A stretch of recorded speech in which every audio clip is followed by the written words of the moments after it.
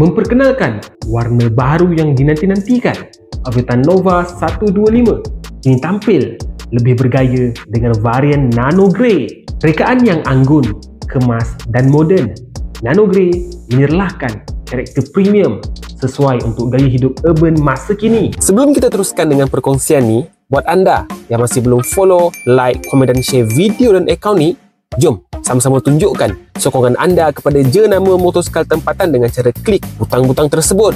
Varian Nano Grey ini diperkenalkan kerana kami mendengar suara anda selaku penyokong kami. Jadi ini adalah bukti bahawa kami menghargai suara dan pendapat anda. Nano Grey ialah warna baru yang direka untuk memberi identiti lebih premium pada Nova 125. Ia bukan sekadar pilihan warna tambahan, tetapi satu peningkatan gaya yang menjadikan model ini lebih moden, matang dan eksklusif. Warna Nano Grey hadir dengan gabungan kelabu dan kemasan biru dan hitam, menghasilkan perspektif yang lebih hidup, dan ini memberikan penampilan mewah dan ranggi seolah-olah diinspirasikan daripada kenderaan urban futuristik. Berbanding dengan warna konvensional seperti merah atau biru, Nano Grey memberi vibe yang lebih tegas, moden dan maskulin, menjadikan genre ini nampak lebih solid dan mantap. Ini menjadikannya pilihan ideal untuk penggunaan harian.